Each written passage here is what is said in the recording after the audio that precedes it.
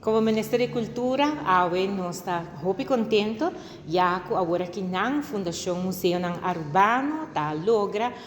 em cooperação também junto com a ATA e também com a APA, para por a abertura de lo qual está o museu no nosso país. 4 museus, com o Ministério Acera, durante quatro museus, quatro museus como Ministério Acera durante o período de Covid.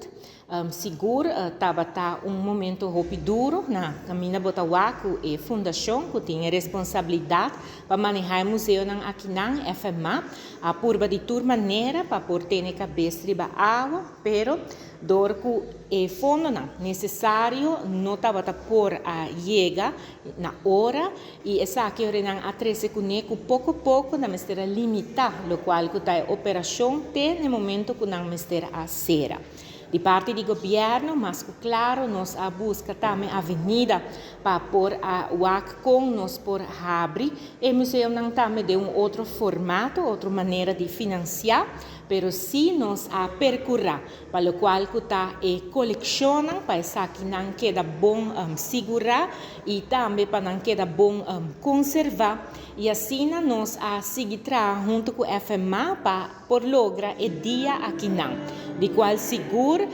nós está agradecido a APA e também a ATA para uma contribuição enorme para sobre a hora que nós por começar back com plano para e aqui, pero também nós delante para assim não somente pueblo de Aruba, pero também turista por bem e ser conhecido com o qual que está de nossa cultura, nossa história. E mais que claro, invitação da queda também para mais de stakeholders da comunidade para vir junto também e ver de que maneira a FMA por ter uma cooperação junto com nós para assim na bem-estar de cultura de paisano.